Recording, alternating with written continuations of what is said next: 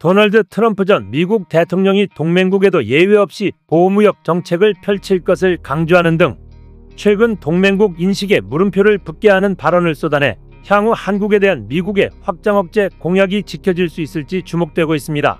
또 새로운 주한미군 사령관이 미 연방상원군사위원회의 인준청문회에서 한국이 자기 몫을 하고 있느냐는 질문에 한 답변이 눈길을 끌고 있습니다. 이와 함께 주한미군 방위비 협상에 대해 미 CNN이 내놓은 협상 타결 가능성에 대한 분석까지 차례로 알아보겠습니다.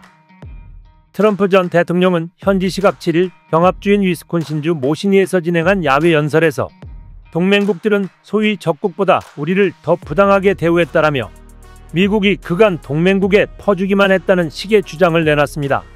그는 미국은 동맹국을 지켜주는데 그들은 우리로부터 뜯어내고 있다라며 미국, 유럽연합 간 무역 적자와 관련해선 그들은 대가를 치를 것이라고 말했습니다. 트럼프는 미국이 관세 국가가 될 것이라며 다른 국가가 세금을 내게 될 것이란 주장도 폈습니다. 또한 트럼프는 지난달 말 미시간주 디트로이트에서 열린 국가방위군협회 총회에서 북대서양조약기구의 방위비를 문제 삼았습니다. 그는 당시 나토의 방위비 지출이 국내 총생산 대비 2%인 점과 관련해 세계의 도둑질이라며 3%라는 구체 수치로 압박했습니다. 이에 앞서 트럼프 전 대통령은 지난 4월 타임지와의 인터뷰에선 우리는 위험한 위치에 4만 명, 실제는 2만 8,500명의 군인 주한미군을 파견하고 있다라며 그것은 말이 안 된다. 왜 우리가 누군가를 방어해야 하느냐라고 반문하기도 했습니다. 트럼프 전 대통령은 재임 시절 한국의 방위비 대폭 증액을 압박하며 주한미군 철수 가능성까지 시사한 바 있습니다.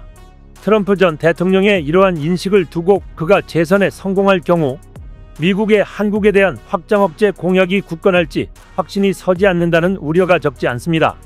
확장 억제란 미국의 동맹국이 적대국으로부터 핵 위협을 받을 경우 본토 방위에 준하는 수준의 억제력을 제공한다는 개념입니다.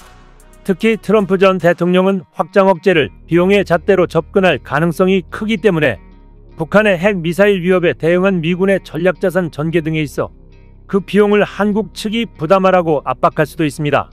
김태육 국가안보실 1차장도 지난 3일 세종열린포럼 강연에서 트럼프의 귀환 시 미국의 안보 우산이 약화 가능성이 있다라고 전망했습니다.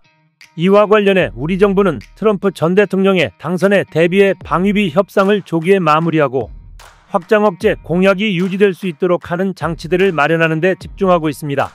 한미일 3국 국방수장이 지난 7월 28일 일본 도쿄에서 한미일 안보협력 프레임워크 협력각서에 서명한 것도 이의 일환입니다.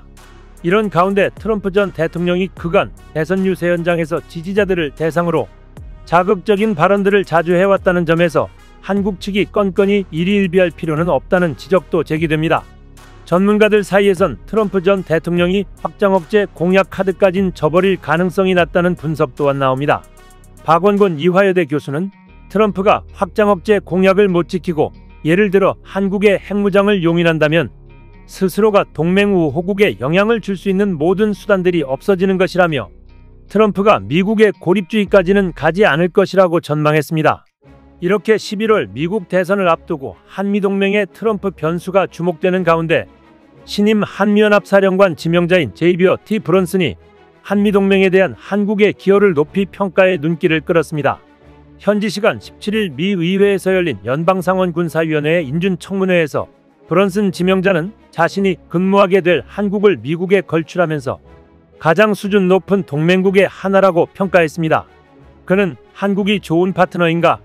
그들이 자기 몫의 부담을 담당하고 있느냐는 릭 스콧 의원의 질의에 평택 소재 미군기지인 캠프 험프리스를 보면 지금 내가 몸담고 있는 루이스 맥코드 합동기지에도 없는 시설들을 볼 수 있다고 소개했습니다. 즉, 미국 내 기지보다도 훨씬 첨단화된 시설들이 한국에 갖춰져 있음을 언급한 것입니다. 그러면서 지난 2년간 한국에서의 연합훈련을 점검하러 갔을 때 한국인들이 주한미군 가족 거주시설 등을 건축하는 과정을 보면서 근면성을 목도했다고 소개했습니다. 이어 브런슨 지명자는 이 같은 근면성이 내 기지에서 보고 싶었던 것과 같은 것이라고 소개한 뒤 네, 의원님, 나는 그들 한국이 좋은 파트너라고 말하겠습니다라며 답을 맺었습니다. 트럼프가 한미동맹 및 한국 방어에 대한 한국의 기여를 평가절하하며 재집권 시 한국의 주한미군 주둔 비용 분담액 대폭 인상 요구 가능성을 시사하는 상황에서 한국의 기여를 단순한 수치가 아닌 체험으로 풀어낸 것이 인상적이었습니다. 현재 육군 중장으로 대장 진급을 앞둔 브런슨 지명자는 상원 인준 절차를 마치고 정식 임명되면 2016에서 2018년 한미연합 사령관으로 재임했던 빈센트 브룩스 전 사령관에 이어 두 번째 흑인 한미연합 사령관이 됩니다. 브런슨 지명자의 부친은 27년간 육군에서 복무하며 베트남 전쟁과 걸프전에 참전했고, 부인은 예비역 육군 대령이자 육군 여성 명예의 전당에 이름을 올렸습니다. 브런슨 지명자는 북한의 핵미사일 역량 진전을 한미연합사령부 등이 직면한 최대의 도전이라고 규정하고 임전태세 구축을 의미하는 파이트 투나잇 정신을 강조했습니다. 브런슨 지명자는 또 북한의 급속한 핵 및 미사일 역량 진전은 핵무기를 기하급수적으로 확대하겠다는 야심과 결합되면서 세계사령부가 직면한 가장 큰 단일 도전이 되고 있다고 밝혔습니다. 세계사령부는 브런슨 지명자가 상원 인준을 거쳐 정식 임명될 경우 사령관을 맡게 될 한미연합 사령부와 주한미군 사령부, 유엔군 사령부 등을 의미합니다. 브런슨 지명자는 나는 한국이 직면한 위협을 알고 있으며 한반도에 배치된 모든 무력에 대한 지속적인 준비 상태를 보장하는 것이 나의 역할임을 충분히 이해한다면서 가장 확실하게는 본국을 수호해야 할 필요성을 이해한다고 강조했습니다. 그는 또 한미동맹의 유지 강화, 한반도 정전 관리 등을 우선순위 과제로 거론한 뒤 파이트 투나잇의 깃발 아래 같이 갑시다라며 한미동맹을 상징하는 구호인 같이 갑시다를 한국어로 발음했습니다. 이어진 질의 응답 순서에서 브런슨 지명자는 지금 우리가 할 일은 한국의 파트너들에게 다가가 우리가 보고 있는 것을 설명하고 더 고위급의 논의를 하는 것이라며 한국의 파트너들에게 우리가 거기 있으며 재래식 무기 우산뿐만 아니라 핵우산 아래에 있음을 확신시키는 것이 그것의 기초라고 강조했습니다. 다만 그는 한국 내 일각의 독자 핵무장론을 의식한 듯 한반도 비핵화는 여러 사항을 설명한다고 생각한다며 일부 논의는 주권적인 문제라고 소개했습니다.